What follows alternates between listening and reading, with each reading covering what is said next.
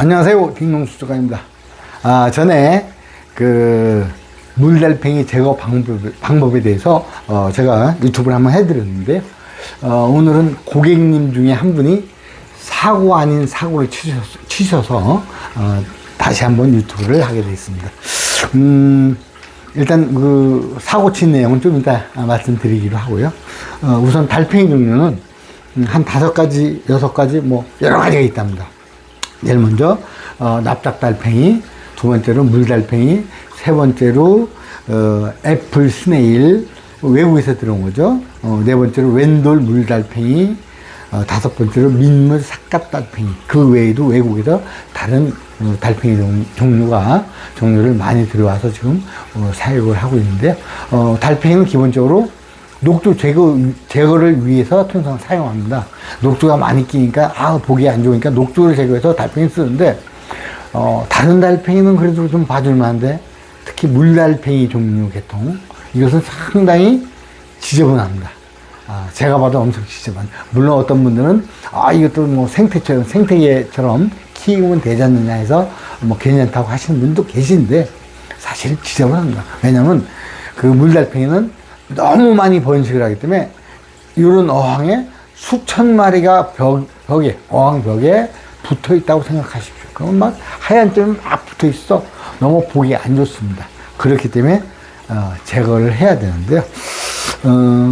어쨌든 제거 방법은 여러 가지가 있습니다. 한 5가지 정도로 구분할 수 있는데, 첫째, 물고기 그 밥이나 그 광을 조절해서 녹두가 좀 적게 끼게 하는 방법이 하나 있고요. 두 번째, 화학약품을 사용하는 방법이 있습니다. 화학약품은 황상구리 계통인데요. 저는 절대 권장하지 않습니다. 왜냐하면 물론 그 수족관집에 가면 황상구리 계통인 물달팽이 제거제를 주실 겁니다. 근데 그거는 권장하지 않는 게, 황상구리 계통을 집어넣게 되면 여기에 수족관에 있는 질화세균 등 유익세균 등도 모두 다 영향을 미칩니다. 그러면 물이 깨질 수도 있겠죠. 그렇기 때문에 그 황상구리 계통인 그런 것은 권장하지 않습니다. 다음, 달팽이 그 트랩을 이용하는 방법입니다. 여기다 달팽이가 좋아하는 상추 같은 걸 집어넣었다가 저녁에 집어넣었다가 그 이튿날 아침에 이른 아침에 꺼내서 제거하는 방법, 이런 방법이 있고요. 네 번째로는 포식동물을 이용하는 방법입니다. 즉 제브라, 로치 이런 포식동물을 집어넣게 되면 그 달팽이를 깨먹는답니다. 제거하는 방법이 있고요. 포식하는 방법이 있고요. 그다음 최종적으로는 다시 세팅하는 방법이 있습니다. 제가 아시는 분 중에서도 다시 세팅을 했다는 분을 많이 봤는데, 그때 간단히 제거할 수 있으면 간단히 제거하는 게 가장 좋겠죠. 전에 유튜브에 말씀드렸듯이 저는 젤콤을 사용하시라고 설명을 드렸습니다. 젤콤. 제가 여기 회사 직원은 아닙니다. 그래서 이 젤콤을 사용하는 방법이 가장 안전하고 간단하게 제거하고 사용하기 손쉬운 그런 제거 방법이기 때문에 알려드렸고요. 제가 이제 구충제 종류에 대해서 한번 알아볼게요. 왜냐하면 조금 이따가 사고 친 원인을 말씀드리려고 저걸 말씀드립니다. 자, 구충제 종류는 한번 여러 가지가 있는데, 제일 먼저 이런 윈다졸 이런 알벤다졸 계통이 있습니다. 약국에 가면 거의 90%는 이걸 권할 겁니다. 사람이 가장 여러 가지 구충을 하는데 상당히 좋다고 그래서 이렇게 알벤다졸 계통을 권할 겁니다. 그 다음에 이제 플루벤다졸 계통인 젤콤. 이거는 약국에 하면 1,000원은 하는데 팔지 않는 데도 있습니다. 그래서 팔지 않는데 또 있기 때문에 이거 좀 1,000원 주고 샀거든요. 어떤 데는 1,500원, 2,000원 받는 데도 있습니다. 어쨌든 요거 1,000원짜리 하나만 살면 됩니다. 그 다음에 프라지퀀텔이라고 있습니다. 또 메벤다졸, 또 니클로사마이드, 이렇게 여러 그 구충제 종류가 있는데, 제가 말씀드리고 하는 거는 약국에 가서 권한다고 알벤다졸 절대 사시지 말고 어항에 넣는 거는 젤콤을 사용하시라고 제가 말씀드립니다. 이러다 보니까 젤콤 제가 홍보맨 같은데 절대 그건 아니고요. 우리 고객님 중에 사고 친 원인이 바로 여기서 말씀드리고자 하는 겁니다. 한 번 이제 시중에 가서, 약국에 가서, 저기 그 어항에 넣으려고 한다. 그래서 젤콤을 주세요. 그랬더니 없는가 보죠. 왜냐하면 약국에 없는 데가 많습니다. 가보시면 알겠지만. 그래서 거기서, 더 좋은 알벤다졸을 권장하시더라.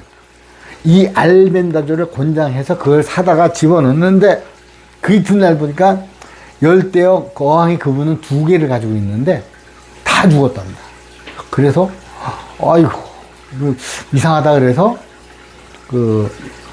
다시 열대어를 8만원어치를 사다가 집어넣었답니다.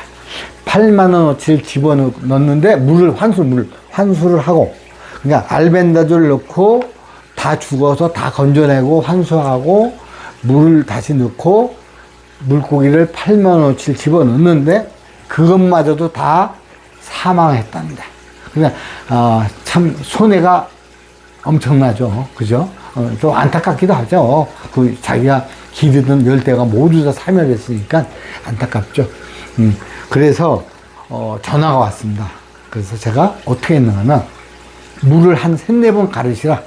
오늘 갈고 내일 갈고 모레 갈고 이렇게 한 3-4번 환수를 하시고, 두 번째, 거기에 먹이를, 조금씩만 계속 넣어줘라 했습니다. 왜 먹이를 넣어주냐면, 여기에 있는 세균들이 먹이가 없으면 굶어 죽습니다. 그래서 이 세균들도 활성화하기 위해서, 제가, 먹이를 좀 해서 물고기, 열대어를 넣지 않은 상태에서 일주일 정도 기다렸다가, 그 다음에 열대어를 사다 집어넣으십시오. 그랬더니, 그 다음에 열대어를 집어넣었더니, 살더라고 합니다. 자, 그래서 약국에서 가면 젤콤, 플루벤다졸 계통인 젤콤이 없기 때문에 통상은 알벤다졸을 권합니다. 절대 사시지 말고요. 발품을 파셔서라도 다른 데 가서 반드시 플루벤다졸 계통인 젤콤을 사셔서, 요걸 사셔서 꼭 넣을 수 있도록, 물달팽이를 제거할 수 있도록 이렇게 당부를 드립니다. 어쨌든, 그분들은, 약사분들은 이것이 효과가 좋은 건 맞습니다. 사람한테는 엄청 효과가, 다종류의 이런 구충을 한다고 해서 더 좋다고는 알려져 있습니다. 그러나, 우리 어항에는 반드시 플루벤다졸 계통인 젤콤을 꼭 사서 넣으셔야 됩니다. 어쨌든, 우리가 전에, 저도, 청계천 수족관에서 수초를 가져왔는데요. 거기에 물달팽이, 실이끼, 부리끼 3종류, 악성 3종류가 딸려왔습니다. 그래서 그거 3종류를 없앴는데 제가 몇 개월을 걸렸습니다. 엄청 힘들더라고요. 왜냐하면 실이끼, 부리끼, 물달팽이를 또 수초를 사와서 여기도 심고 저기도 심다가 몇 군데 심었거든요. 그때 다 퍼진 거예요. 또, 여기 손 집어넣었다, 조금 이게 관리하다가 저쪽 관리하고 이러면 실이끼, 부리끼도 퍼질 수 있거든요. 왜냐하면 홀씨가 있고 하기 때문에. 그래서 어쨌든 고생이 한 적이 있습니다. 그래서 그런 것을 외부에서 수초를 들여올 때는 진짜 조심히 들어와야 됩니다. 또 간단히 수초 소독 방법은 제가 유튜브를 해드렸는데요. 간단히 지금 소개를 드리겠습니다. 자, 물 요 정도에 락스를 한 뚜껑을 넣습니다. 즉, 물 한 컵에, 한 300cc 한 컵에 락스 한 뚜껑을 넣습니다. 그러면 10배에서 50배 이내는 되겠죠? 예. 그런 다음에 수초를 거기다 집어 넣습니다. 집어넣어서 이렇게 좀 묻혀, 락스 물을 이렇게 묻히는데 딱 시간을 재서 1분입니다. 더 이상도 안 됩니다. 왜냐하면 더 이상 되게 되면 수초가 녹습니다. 그래서 1분 정도 있다 꺼냅니다. 수초를 꺼내서 물에 씻고, 다시 한참 씻다가 다시 락스 물에 다시 담굽니다. 이제 다시 20초입니다. 처음엔 1분, 다시 물에 씻고, 다시 20초만 남았다 꺼내서, 그 다음에 이제 물 다 버리고, 락스물 다 버리고, 한 10번, 20번 헹굽니다. 흐르는 물에다 계속 헹구다가 그 물에 수초를 담아 놓습니다. 그래 물에 담가 놓으면 나서 한 30분 정도 담가놨다. 그 다음에 그 수초를 갖다 심으면 물달팽이, 실익기, 부익기 종류가 싹 사라지게 됩니다. 그래서 외부에서 들여올 때는 반드시 수초 소독을 해야 됩니다.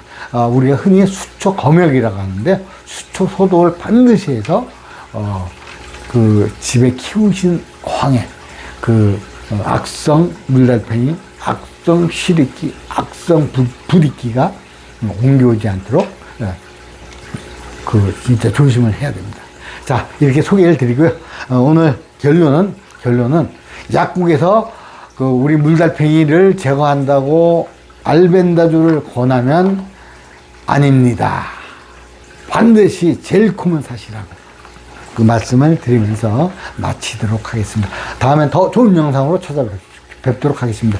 감사합니다. 안녕히 계세요.